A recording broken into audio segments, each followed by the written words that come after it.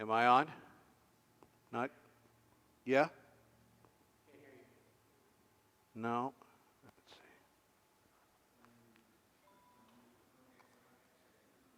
I'm turned on. Okay. Yeah, there we go. Okay, so tonight we are talking about the last two churches of the four churches that make up, originating churches that make up our denomination. We're going to talk about the congregational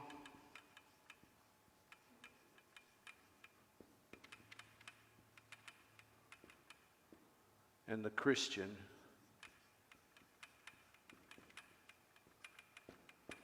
churches.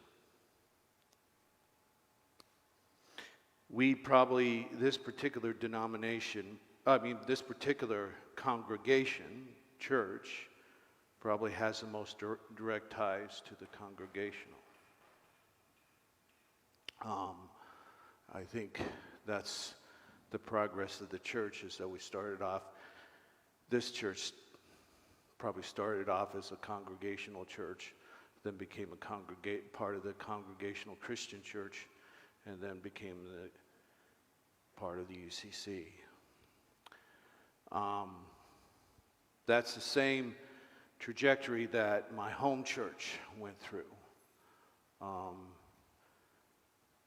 And talking with my father, he remembers specifically when my home church became part of the UCC. In the 70s-ish? No, 50s. Oh, okay. So my dad would have been in high school around that time, and he was part of the youth group. High school, because it was early 50s. My dad graduated in high school in 54. So he remembers when it was just congregational. We'll talk about it a little bit later, but when the union happened, even with the congregational Christian churches, there's a lot of congregational churches that didn't want to join other churches. They wanted to remain independent. And so there are what are called free congregationalist churches. When in McCook, Nebraska, where I served I worked for a year in a prison at McCook. I don't want to say served at the time. But I attended a church in McCook, and it was a free congregational church. They had not ever joined the UCC, and remained proud of that fact for whatever reason. So we'll start off with the congregational church. And we're going to do a little bit of backtracking because the kind of source of it, or the origins, kind of go back to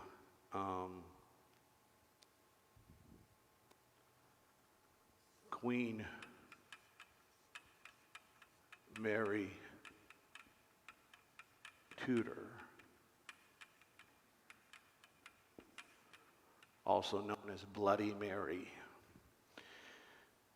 When we were talking about that history, we talked about how Mary, when she became queen,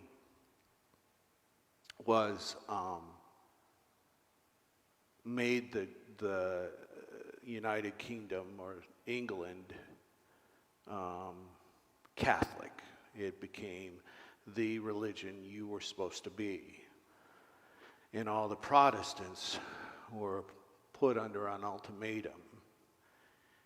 Either you renounce your Protestant beliefs and return to Catholicism, or you're persecuted. In some cases jailed, in some cases banished, in some cases executed. It was a very harsh form. Well, during that time, there's a number of people, close to 800 people, fled England to go to the continent. They went across the English Channel to the continent. And they became influenced by Calvinism.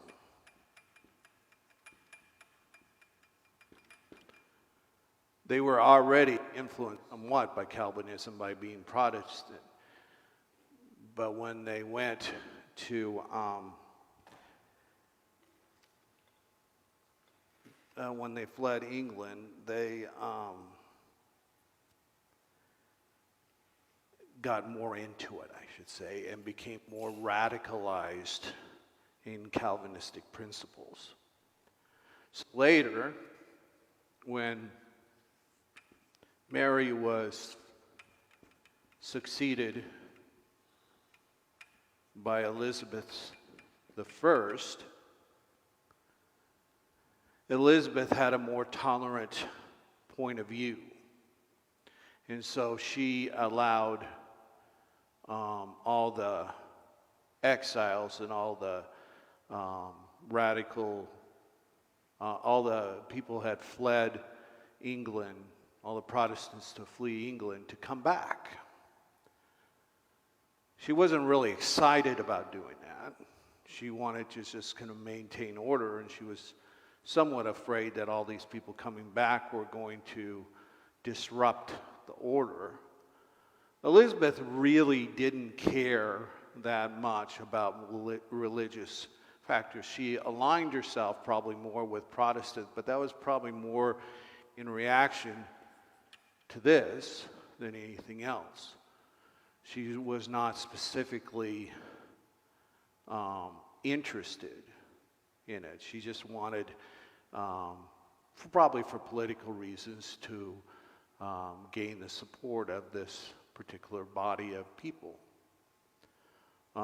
And she was tolerant to the Catholics too. So she wanted everybody to kind of just live in peace with one another and not be a strictly formal church. The problem is that these exiles who had grown and come back had different ideas. They were a lot more radical. They were a lot more fervent in their belief, which is pretty standard when you have persecution.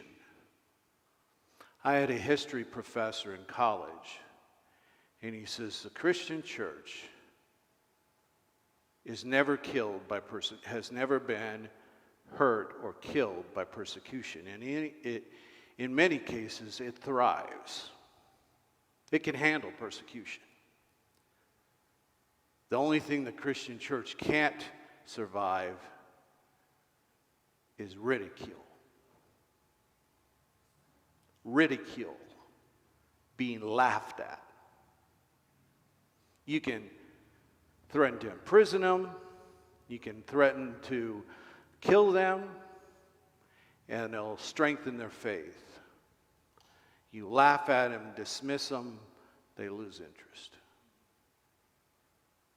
Makes a lot of sense, doesn't it? So this is what happened with these exiles, is when they went over to the continent or fled England, they rooted themselves more deeply into Calvinism. And when they came back, even though the Anglican Church had reestablished itself as a Church of England and regained power to a certain extent, they weren't satisfied with it. They thought it had become too It had strayed too much from its original principles, which was to reflect the way that the early church was. And so they believed that this church, since it had strayed, since it had become sloppy, since it had become undisciplined in some ways and too autocratic in others, that it should be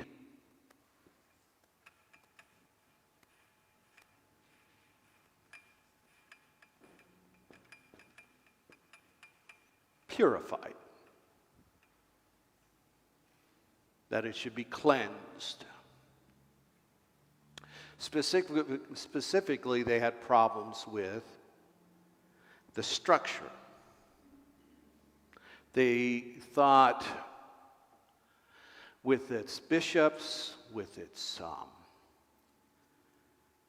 leadership, it had become too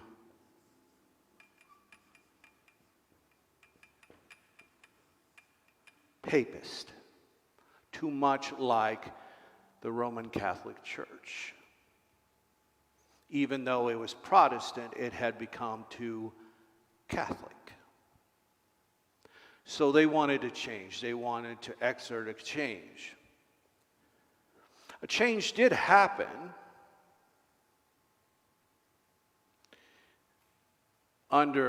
not so much under the rule of Elizabeth or her son James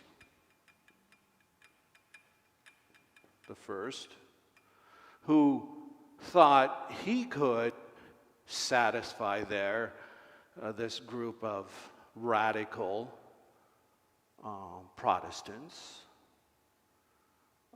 through convening a body to come up with a new translation of the Bible, the King James Version. It didn't work. They still weren't satisfied. So James I was followed by Charles V. Charles V was totally unsatisfactory to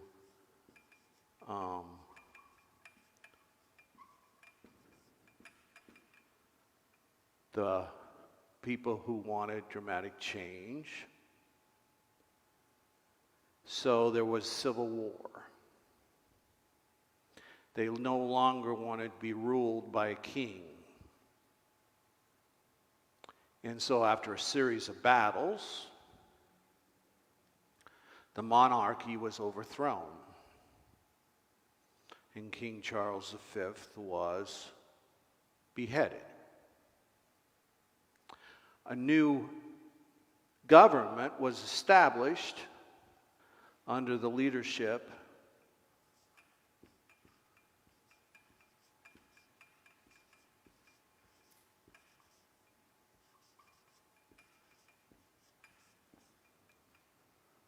Oliver Cromwell.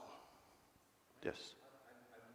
I'm just sure that it's Charles I. Charles I, I'm sorry. You're right. James was the son of Mary Scott.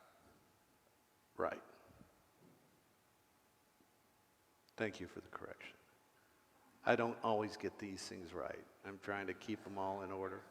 No, I appreciate it. I appreciate it. So Elizabeth was not the mother of James I. Mary, Queen of Scots, was the mother of James I. And it wasn't Charles V, it was Charles I who was beheaded. Thank you for that, Dayton. Appreciate it. Lord knows I'm not perfect in this stuff.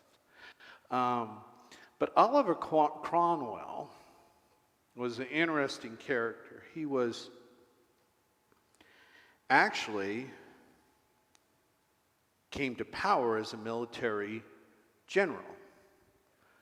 So in many ways, he was what the Civil War was, in a way, a military junta, a military overthrow of the government. And Oliver Cromwell was named by the new parliament which at one time was called the Rump Parliament.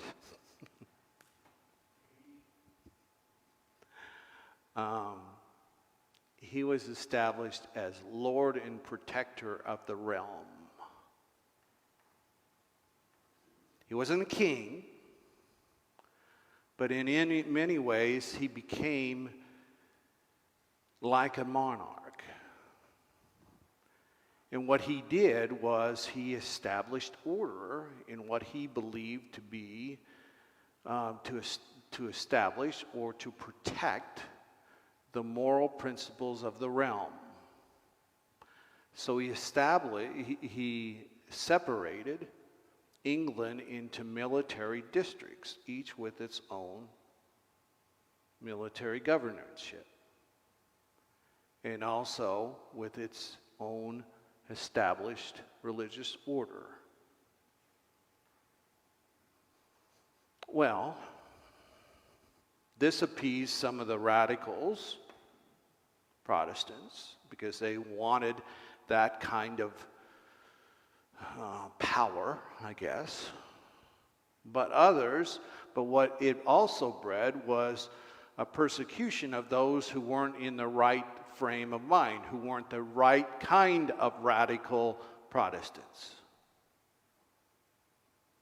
So, different people were also persecuted. Protestants were persecuting other Protestants.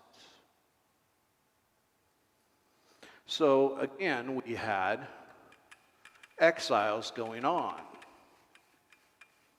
And there was a group of people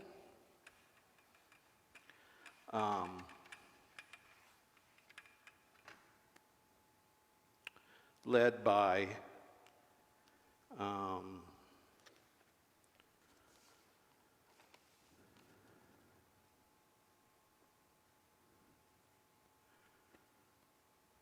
Robert Brown.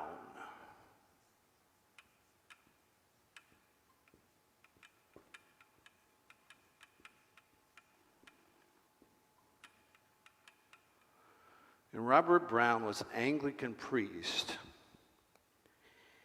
and he was the first advocate of what was called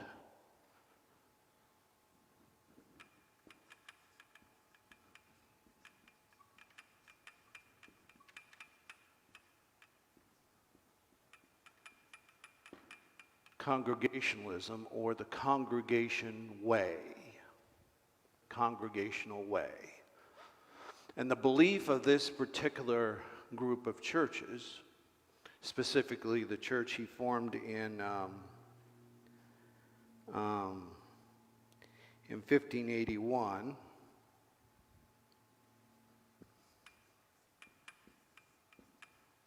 was that congregations themselves should have control over what they preach and what they teach and what they believe. They shouldn't operate by a doctrine handed down by the larger church, even if it is the Protestant Anglican Church.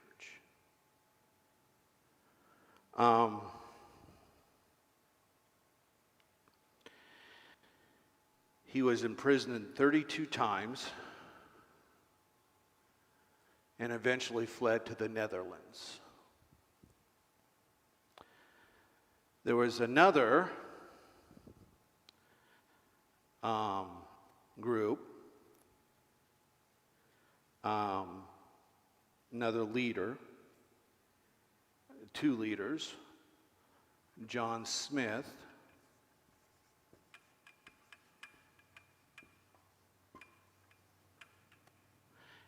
and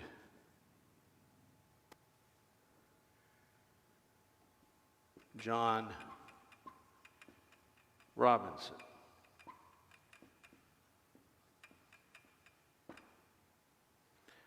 John Smith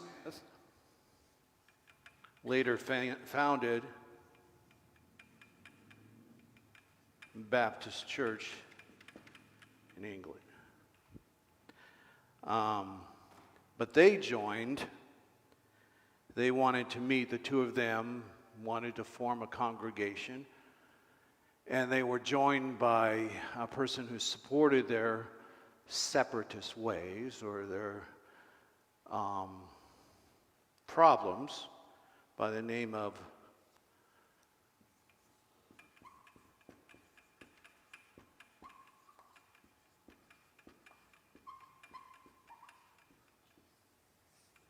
William Brewster, who offered his home so that they could meet as a church. Anybody know who William Brewster was?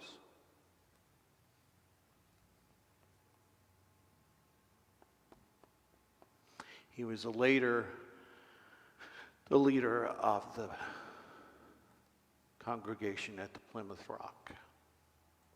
Plymouth. So this church that they formed was discovered, and in fear of persecution, imprisonment, all of that, they fled to Holland.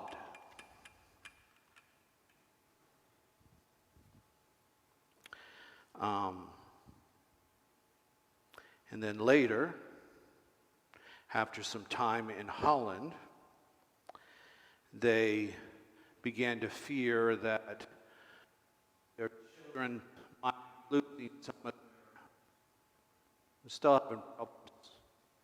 It's cutting in and out. Did you notice that?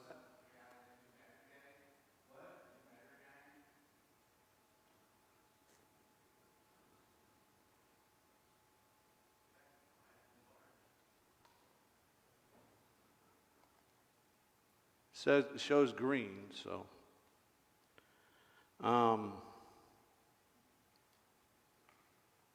So anyway, they had problems. They were afraid that their children would grow up forgetting their English roots and be compromised by all these Dutch that surrounded them. So they decided to flee or leave Holland on a ship called the Mayflower. And they landed in Plymouth.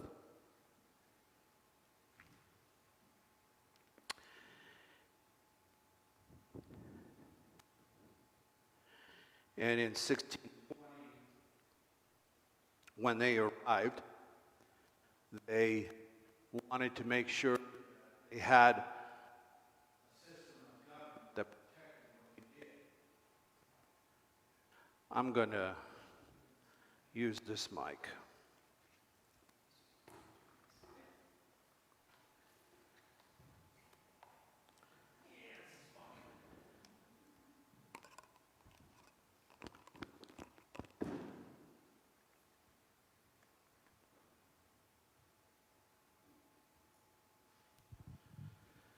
So what they formed when they arrived at Plymouth was what was called the Mayflower Compact, and established their rule of government of how they were going to conduct themselves in this new colony.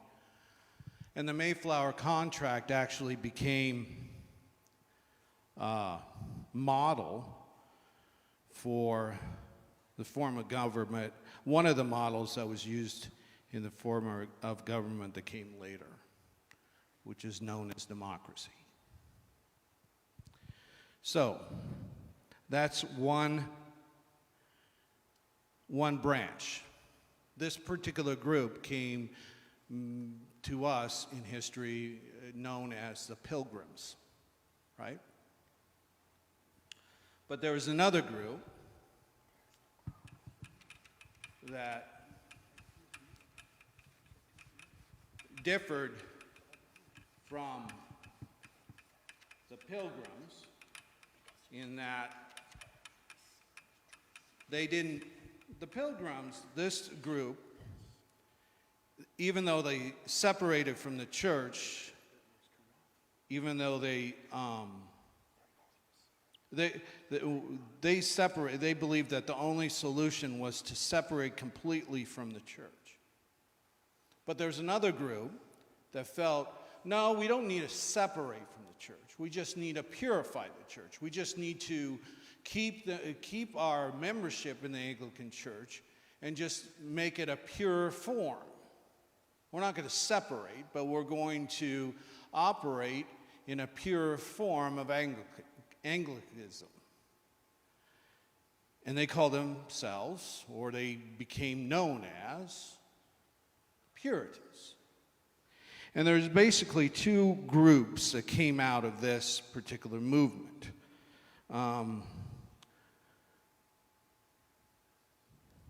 In 1630,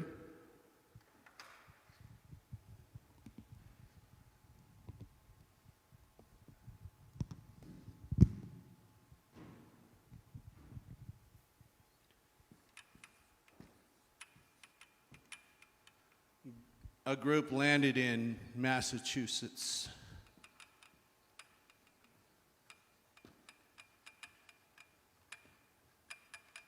Bay.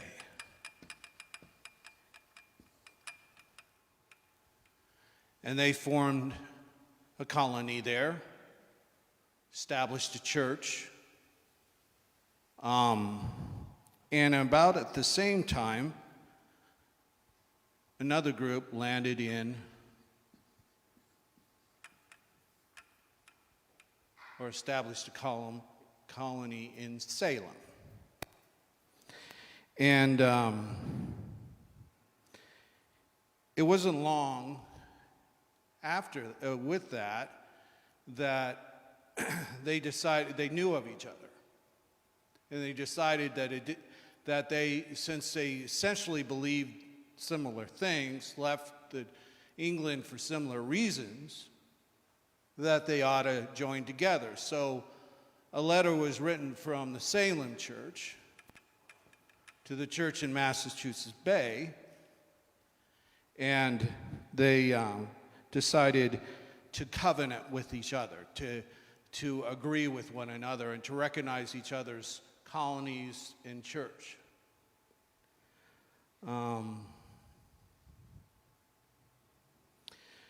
One of the concerns of these two churches at the time, especially the one in Massachusetts, was that if they were going to have their own leadership that wasn't coming from England, if they were going to focus on congregations, they wanted to make sure that their leadership of the local congregations were educated, that they knew their theology, that they knew their Bible, that they knew how to lead groups.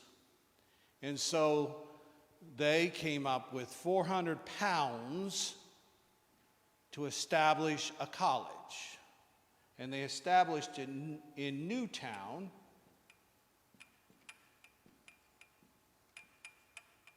what was named Newtown at the time, but came to be also known as Cambridge. So they established a school in Cambridge, and one of the members of that congregation believed so strongly in it that he dedicated his estate or his inheritance to the establishment of a library at that college. His name was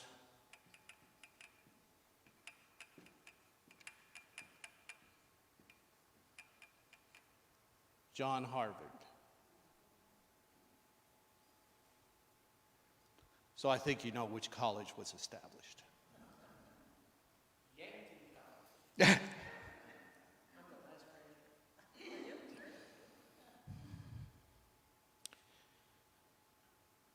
One of the groups, the group that left for Massachusetts Bay, when they left England, they were given a blessing by a renowned preacher at that time in England.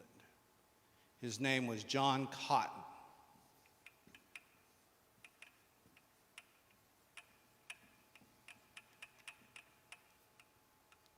John Cotton, after about 3 years, decided to join them and lead the church in Massachusetts.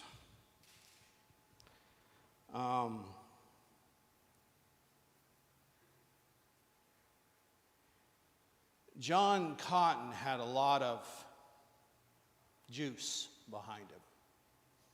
He was very influential. He had some sway over Oliver Cromwell,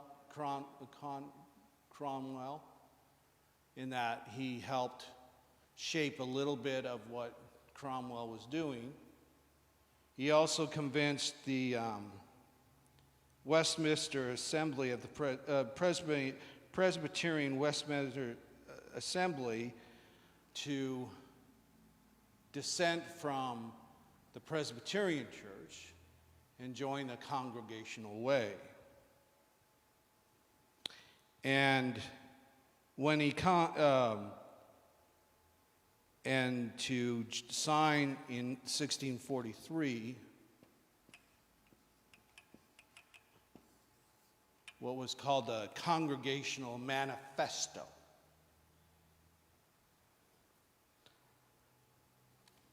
So, the Massachusetts Bay Colony was established and going in full force. Had strong leadership. It had great influence. The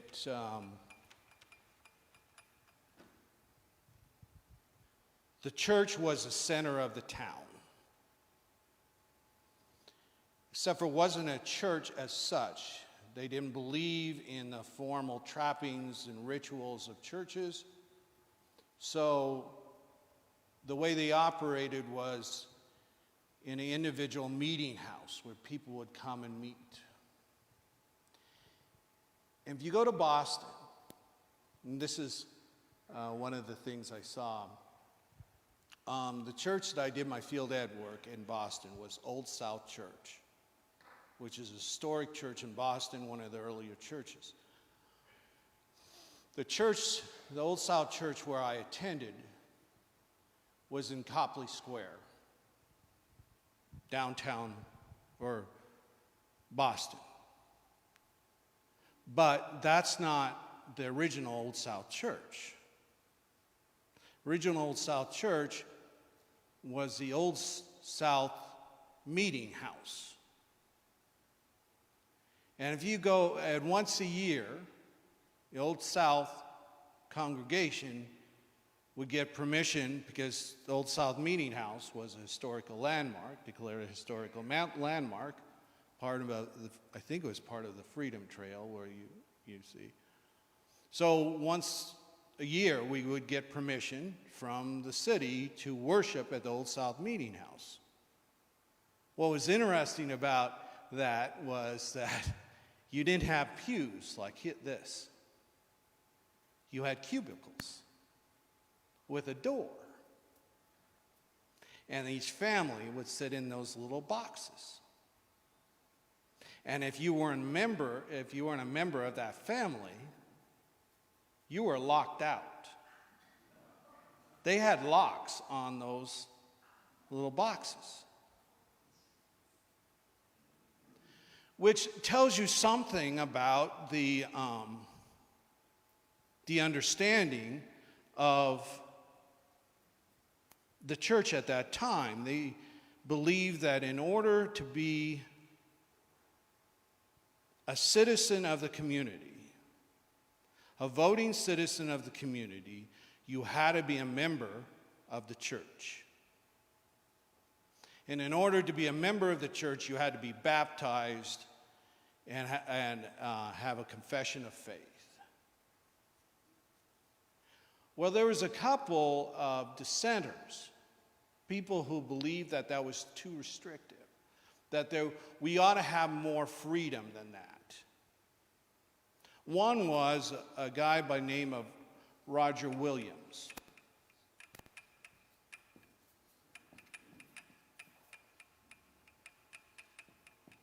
And he dissented with Massachusetts Bay Colony, the church and was banished from the church. So he took a group of his followers, because he was a very successful, engaging, evangelical, charismatic leader, and he took a bunch of his followers over into Connecticut, what is now Connecticut, and formed what was the American Baptist Church.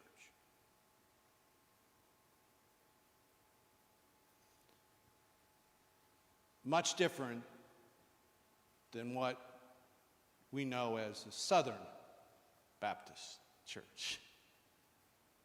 A lot of the beliefs are the same, it's just that the belief of membership was different. There was another dissenter that was treated even more harshly, and her name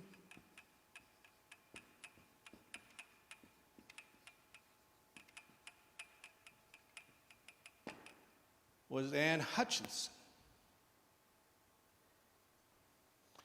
And Anne Hutchinson had the radical belief that revelation didn't come just from the scriptures, but might come individually to people. And that the church leaders couldn't dictate to someone that God didn't speak to them. And that everybody had a right to their own personal faith that wasn't necessarily approved by the church leaders, even if it was just the leaders of that congregation. She was not a quiet person. She spoke out, which was also rare for women in that particular time and place. Sometimes even interrupting preachers when they were giving a sermon and arguing with them. I don't encourage that behavior, by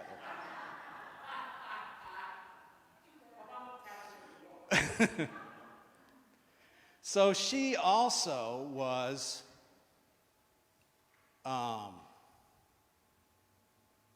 seen as a dissenter, seen as heretical, seen in all those ways, and banished from the colony.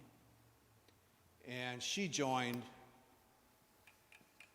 Roger Williams in Connecticut. So what we see here is what often happens. You have a group of people who are straining under the yoke of what they consider to be autocratic rule. People telling them how to behave, how to think, what to believe. And so they break away to form their own group. But once they get power, they decide to set up, maybe in a different form, but the same sort of attitudes. No, the Massachusetts Bay Colony was different from the church in England in that it didn't have its authority under the king, it didn't have authority under the leadership of England. It was congregationally based, but the leaders of that congregation were in a sense the kings of their own little fiefdom. And they could determine who was right and who was wrong and who belonged and who didn't. One of the ways that they did with that was what was called a halfway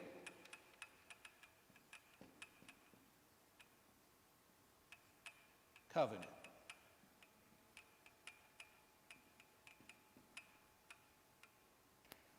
They said that people, if a grandchild of a member had parents who were not members, those grandchildren could be half members of the congregation, in the sense that they could be considered part of it. They could, but they couldn't take communion, and they couldn't vote on leadership. But they could be a part of the congregation. They were welcome to be a part of it. This led, not only in Massachusetts, but Salem also took that on as a mode of operating. And what it did was set up a way of where if the leaders decided to go a certain way, if the congregation elected a leader and the leader had a certain way, then pretty much the congregation went along with that leadership. And so it could go with the whims of whatever the majority was, which is democratic in a way, but can also be dangerous, as in the case of Salem, where the leadership and the membership started to believe and practice that anyone who didn't follow their strict moral conduct, especially women, were to be termed witches.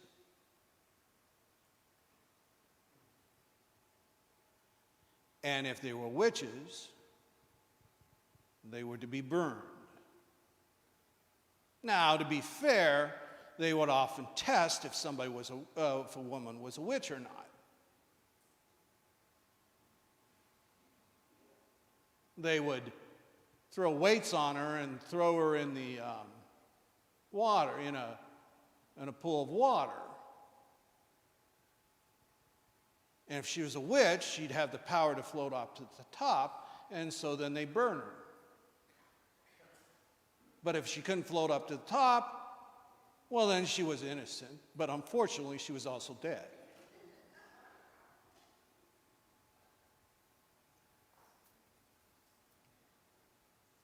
John Cotton tried to, in a way, moderate this. But he didn't have much success. And later on, his son, Increase Mather, and his grandson, Cotton Mather, also tried to moderate it to a certain extent, but essentially fed into it. So there started to be established within the Massachusetts Bay Colony especially, but through a lot of the churches, a kind of rigid Protestantism. But there was also another group within that,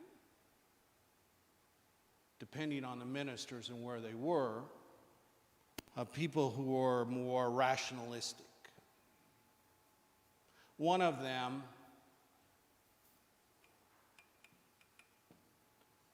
was Jonathan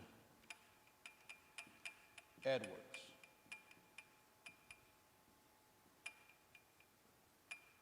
Jonathan Edwards was a Yale-educated minister who started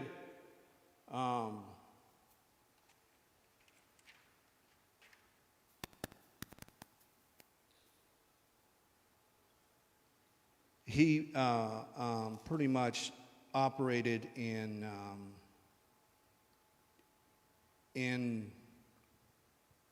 Massachusetts and in Cambridge.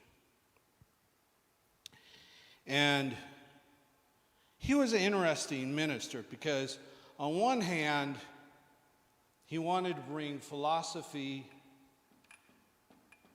and science into agreement with theology and with the understanding of the Scriptures. But on the other hand, he believed that conversion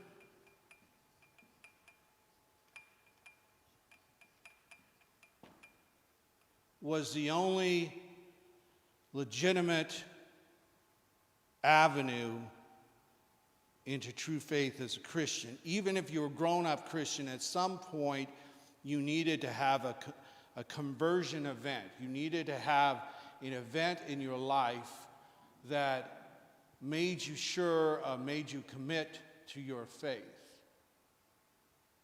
A born-again experience to some extent. What Jonathan Edwards was a sign of, or one of the people who were infected by, was a movement that was pretty much going across all the New World. It started in England and then moved to the New World. In England, it was called the Great Awakening.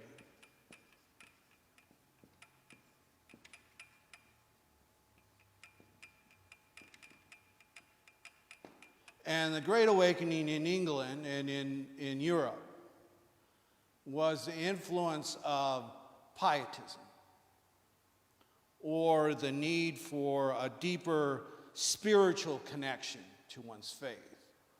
That it wasn't just in understanding the Scriptures, it wasn't just in knowing the authority of the Scripture, it wasn't just in the practice of creeds, but it was, in Wesley's terms, a warming of the heart, where you felt an inner change within yourself. Well, this spread across the pond, so to speak, into America to the Second Great Awakening, which spread throughout the colonies and in the frontiers. And Jonathan Edwards was affected by that. And he even brought a preacher by the name of George Whitefield to his congregation to preach. Now, George Whitefield was a very charismatic, rigid preacher. And when he preached at Edwards' church, Edwards was brought to tears. He was so affected by it. So, what we see in that time was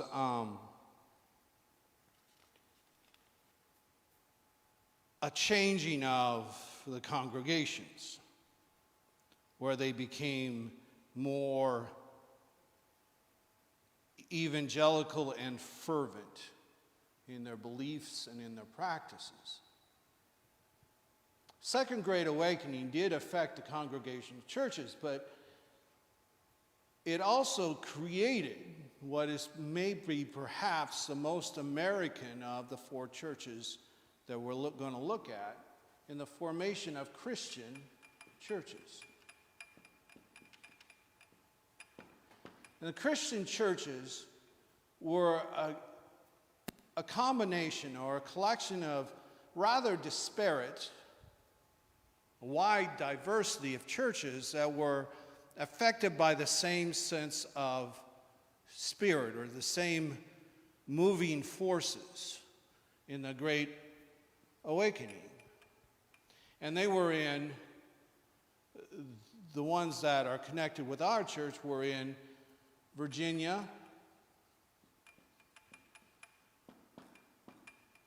Kentucky,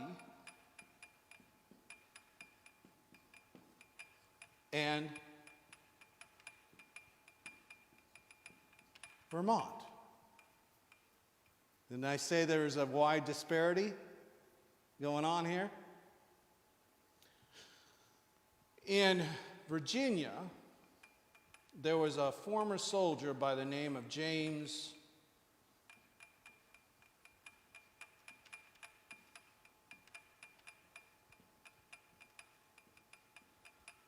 O'Kelly, who had a problem with he was a Methodist, and he had a problem with the Methodist Church because the Methodist Church had bishops. And he thought that that kind of hierarchy wasn't necessary.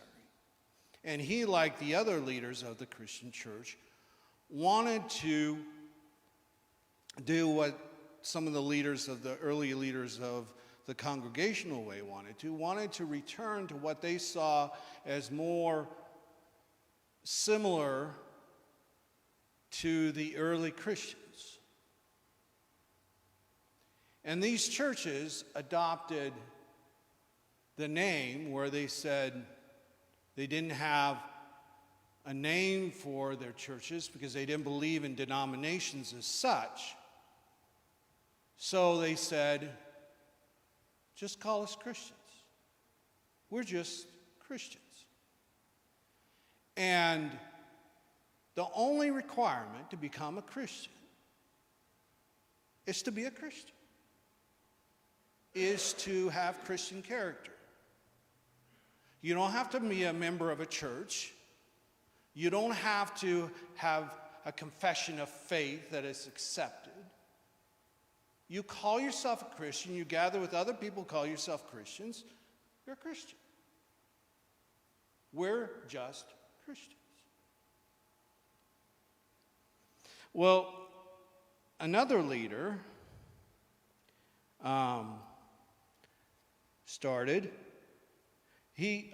O'Kelly started his church in 1794. And in 1801, a person by Abner Jones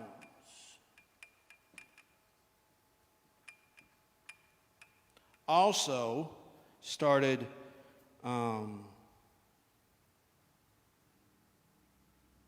led his followers to break with Calvinist Baptists in Linden, Vermont. And he had a similar point of view as James O'Kelly, where the only requirement for membership in the church was Christian character. To live your life in a way that was patterned after Christ lived his. So he broke with the church in Linden, Connecticut, and formed a church in Plattsmouth, New Hampshire. Well, other churches started popping up all over the place, having this similar point of view. So they started communicating with each other, and they didn't want to form a denomination as such, but they wanted to connect with each other and communicate and share in their faith. So they came together in what was called the Christian Connection.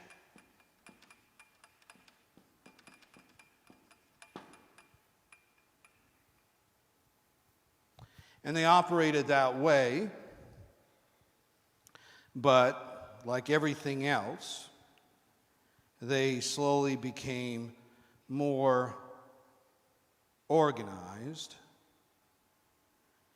and they became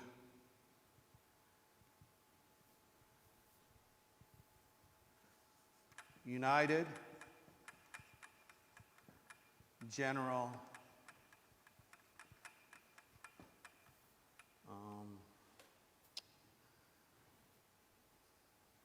Conference of Christians.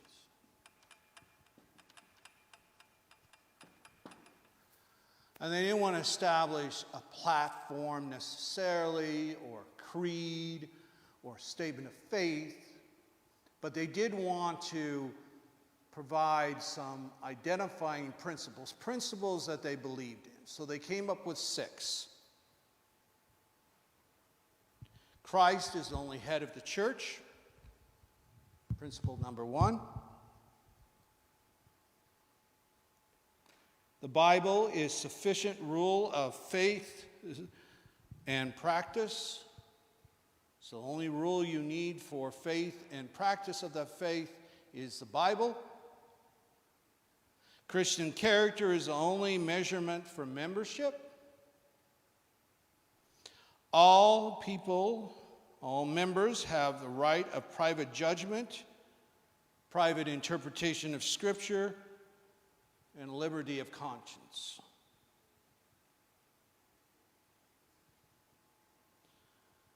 The word Christian is worthy for anyone who call themselves to be Christ, followers of Christ, and that there is a unity of Christ followers no matter where they are in the world.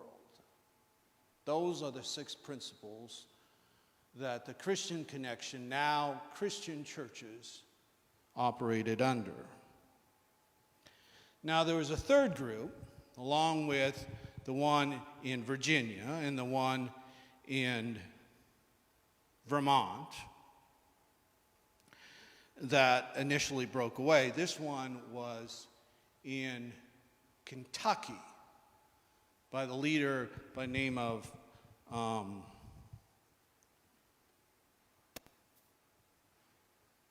Barton Stone.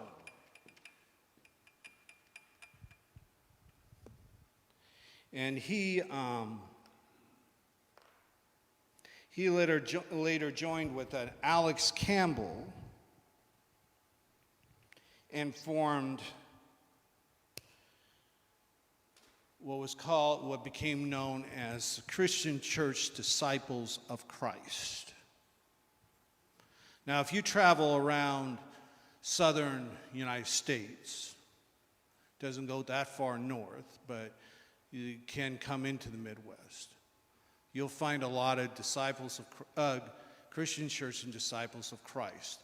And we have, the United Church of Christ has always, from its inception, has always had a partnership, whether it be in campus ministry or just recognizing of ministers with a close relationship with the Christian Church Disciples of Christ, because we see that shared connection through this great awakening in the formation of these Christian churches.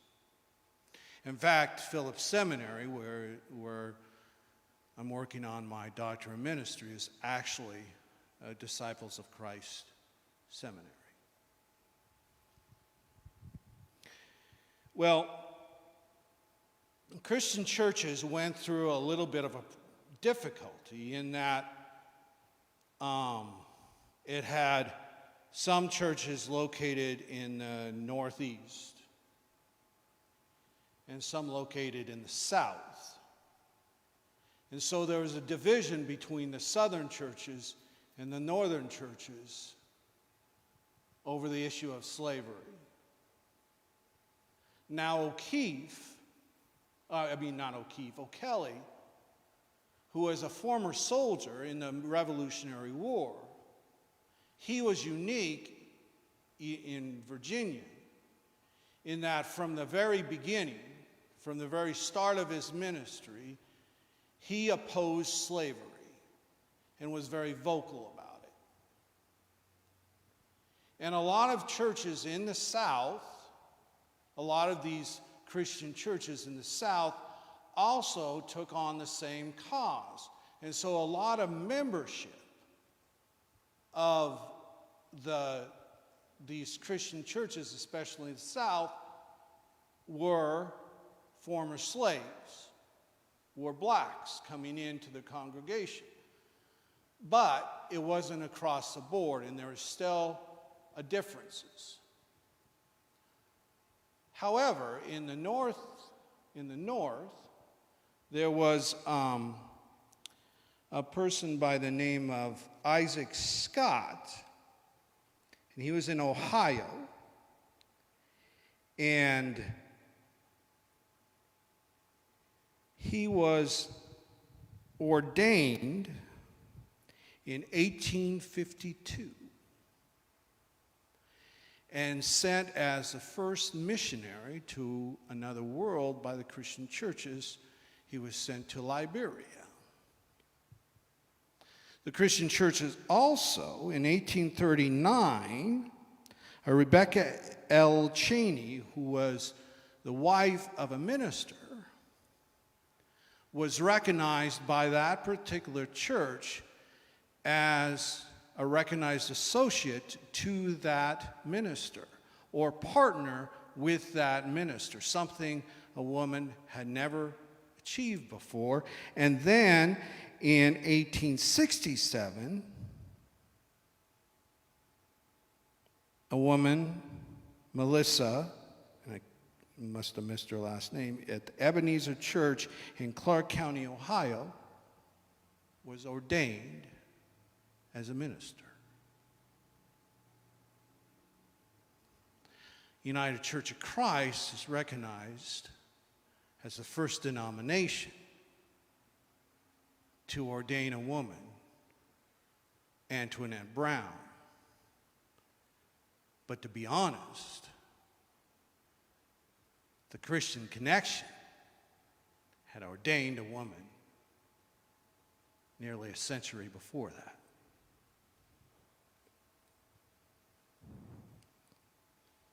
So here you have two denominations, if you choose to call them, but collections of churches that had organized under the same essential principles, in that there was a disdain for hierarchy, and that the power for membership or for recognition lied both in the congregation and in the individuals.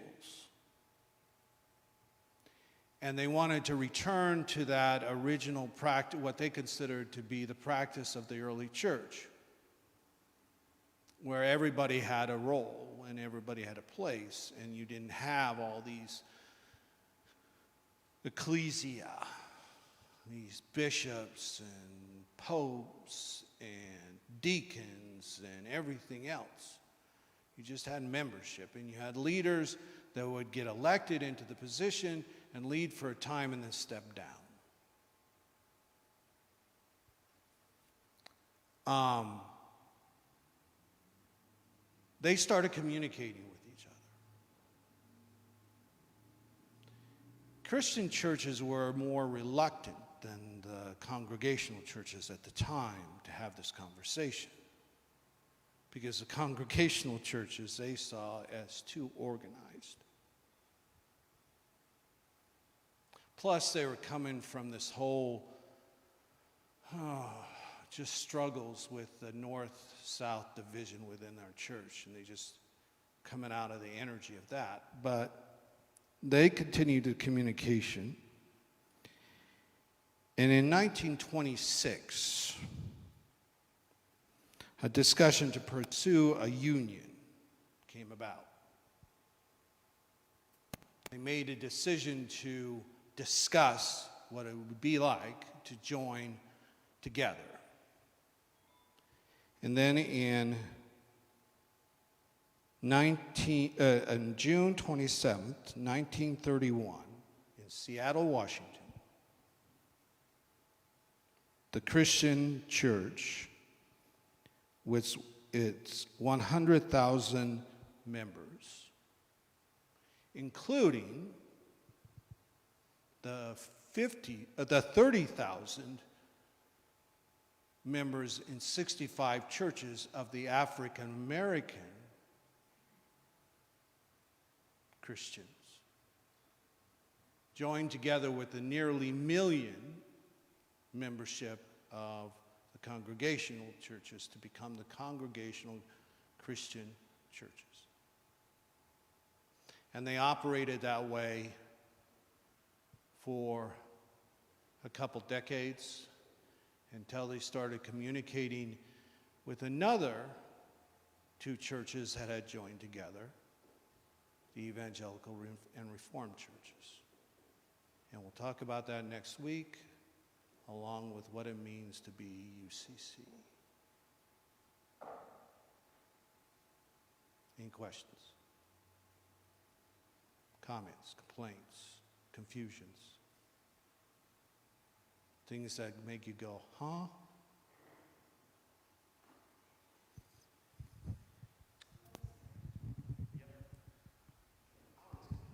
No. Please don't count on me. I don't get it. You've been dropping names on us since this first began, okay? And I'm very familiar with everyone through Martin Luther, not so much with the Calvinists or the Zwingli people. And after that, I kind of get lost. But we've got a veritable forest of people that you've brought up. I'm sorry, how is somebody like me or anybody else supposed to know who the heck has the information? Who can you trust, if anybody? How can you make sense out of what you believe and who you're going to follow? I just don't get it.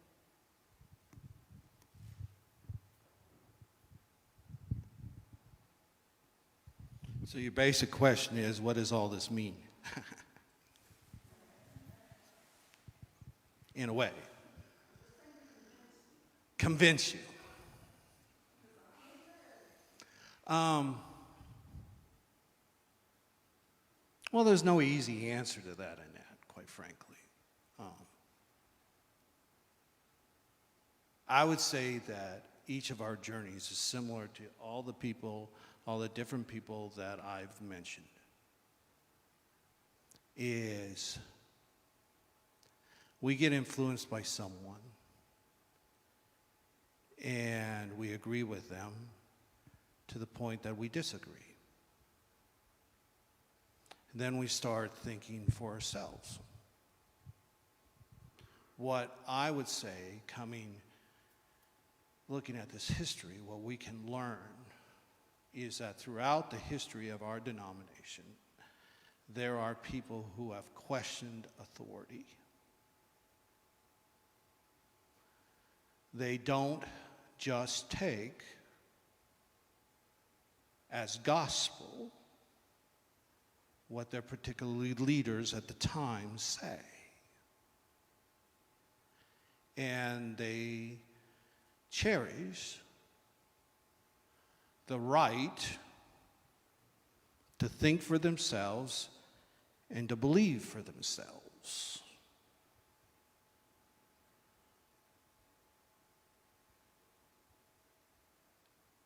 But recognizing that, they are also human beings. So once they decide for themselves what they believe, the tendency we have as human beings a lot of times is once we find something that believe that is important to us, it tends to cause us to close our minds to other points of view that might threaten those things that we've come to believe. What I appreciate from the UCC is that we have always pushed, not always succeeded, but always pushed to open ourselves up to those other points of view. Granted, in our history, we've had tremendous failures at this. Congregational church, for example, the Massachusetts Bay Colony, Salem. But even later than that, Hawaii. Congregational ministers that went over to Hawaii were abusive and converted through force the natives of Hawaii. And the frontier churches converted at force, and our churches in our history converted at force the indigenous people living in those areas. So that's the danger we always have. So, what the names mean is just not that I can sort them out for you, but what they mean for us is they're pinpoints in our history where they, in their own small way, stood up and said, no, you will not enforce your belief on me. I can think for myself. I can believe for myself. Thank you very much.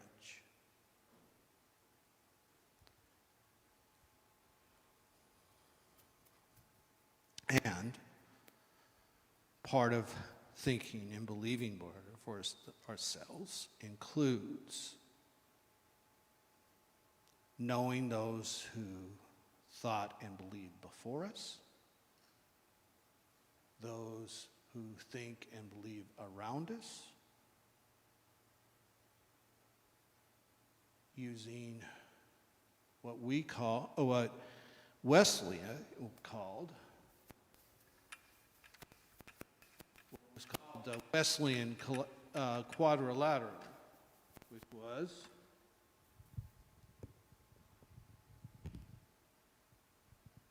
authority of Scripture,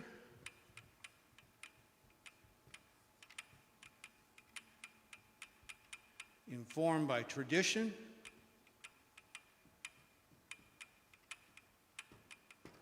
tempered by reason,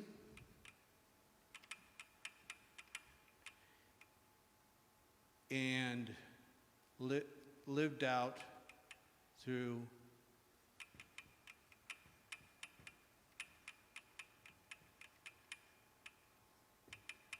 experience.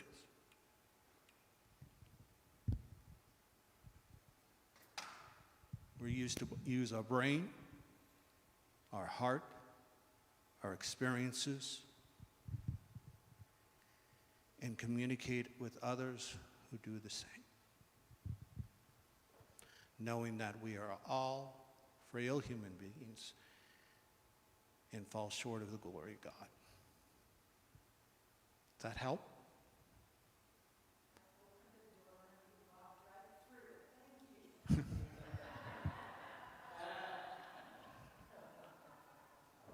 Always to be at your service, Annette.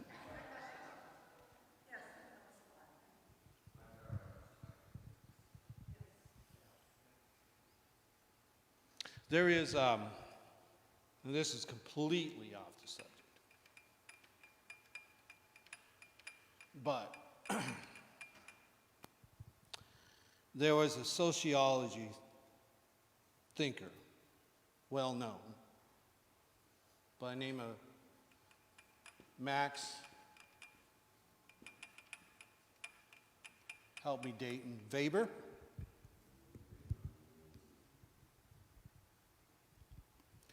And he presented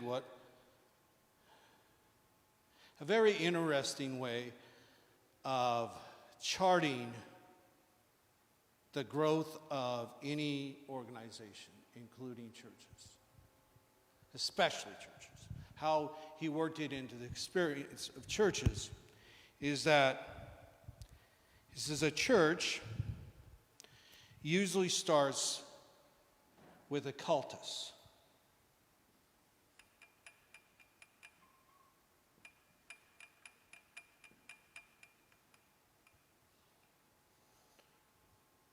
Everyday term is cult, but not in the way that we have come to believe cult. But the one identifying factor is that it has a significant charismatic leader. It has somebody that stirs the passions in people. And they gather together. And there are like minds. They believe together.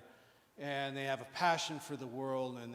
And they want to spread that passion. And they want to share what they see as an out of the world. And it's attractive. And people come in and join them. Right? So they grow. Well, as they grow, it becomes harder and harder for them to deal with all the people that are coming in. They can't operate the way they did when they were just a few people. Communication is more difficult. Decisions are harder to make. Maybe the charismatic leader left, died. So how does this group deal with this growth that they've had? Well, they start instituting ways of organizing. They start setting up tiers of leadership. Okay, there's an executive committee that makes the overall decisions. There's smaller subgroups that around the executive committee that make individual decisions, and there's ad hoc groups out of that, right? And it becomes much more efficient in the way it does things. Things get done more rapidly to a greater extent. But there's something that gets lost in the process. What do you think that is? It's a passion of the original people. The passion gets lost. The organizing principles, the very things that brought them in, gets diluted, gets to be less important. And so the people on the outside start getting disillusioned. And maybe there might be a person in this outside who has certain radical ideas, but has a very powerful personality, right? So they decide, well, this just doesn't work for me anymore. So they break off, and because they have a powerful personality, they form another cultus, right? And they have the passion and the power, and they start attracting people, and pretty soon, there you go. And this is what happens over and over again. Very often, what starts as a small, powerful group of people with a lot of passion, when it grows, loses itself in its organization and its bureaucracy. And it breaks away, sexed, break away and form their own. Because people disagree with each other. And what they're always trying to regain, what they're always trying to recapture, is that original passion. So what a lot of churches have done in the modern age, and the success of these mega churches, is when they grow, they try to keep those sects within themselves. So when a charismatic person comes in and saying, okay, we're losing touch, they say, great, you're absolutely right. How about you start this ministry and you can meet in room 16 and we're all behind you. Just don't leave us. Just don't compete with us. We'll let you have your voice. Unless it becomes too radical to the point of being viewed to be heretical.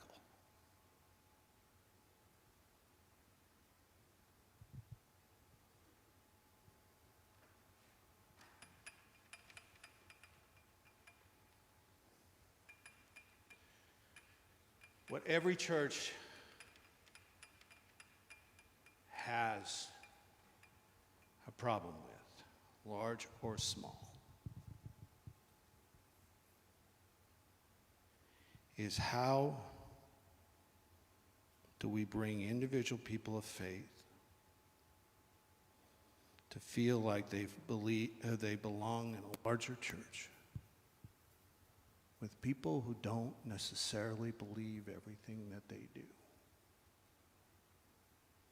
who might have slight differences in the way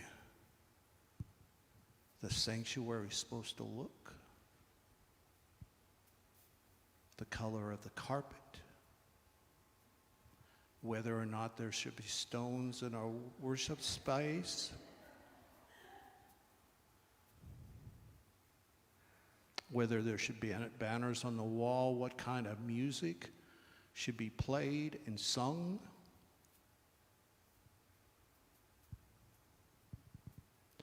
Why are we concerned with those things? Because a lot of times, the larger issues like justice and mercy, forgiveness, they're just too big. They're too hard. So, I don't know about that. But at least I know what the church building should look like.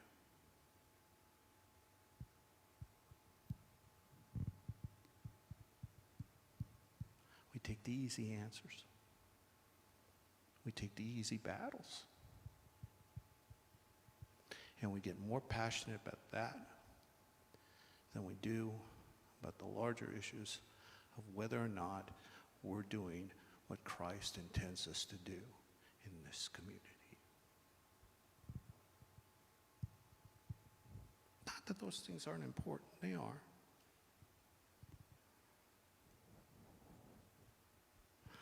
Tony Campolo once said, when he was interviewed, he says, I find it ironic that churches across the world, every denomination, has built these great edifices to worship a God who says, I will not be worshiped in a house made of human hands.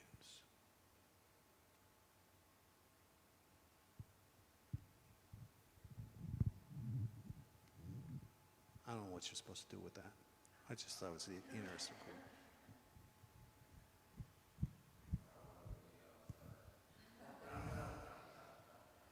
There is a church in Wichita that had this large church, large historic building in Wichita. Gorgeous building. It was in inner city Wichita and started as a German congregational church. German Reformed Church, Wichita, Kansas. Good German stock. Community changed. A lot of its membership moved out to the suburbs. They traveled back in for a while, but eventually they found their own places, and they dropped in membership. And the people that were still there saying, you know what? We have this church in the middle of the community, and we're not doing anything for the community. We're the blight. So, we're going to do something radical.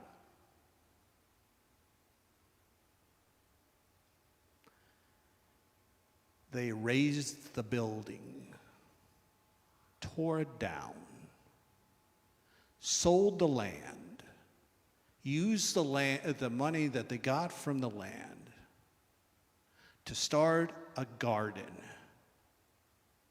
in the heart of Wichita to serve the very community in which they were supposed to minister. And they had their worship services in a local community building.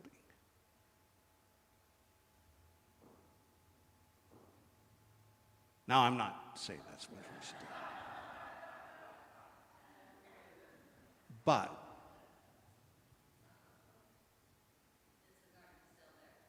yeah. How's that for radical Christianity?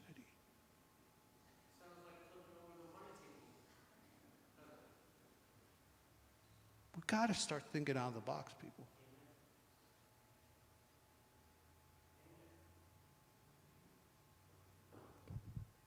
Okay, we got way off the history.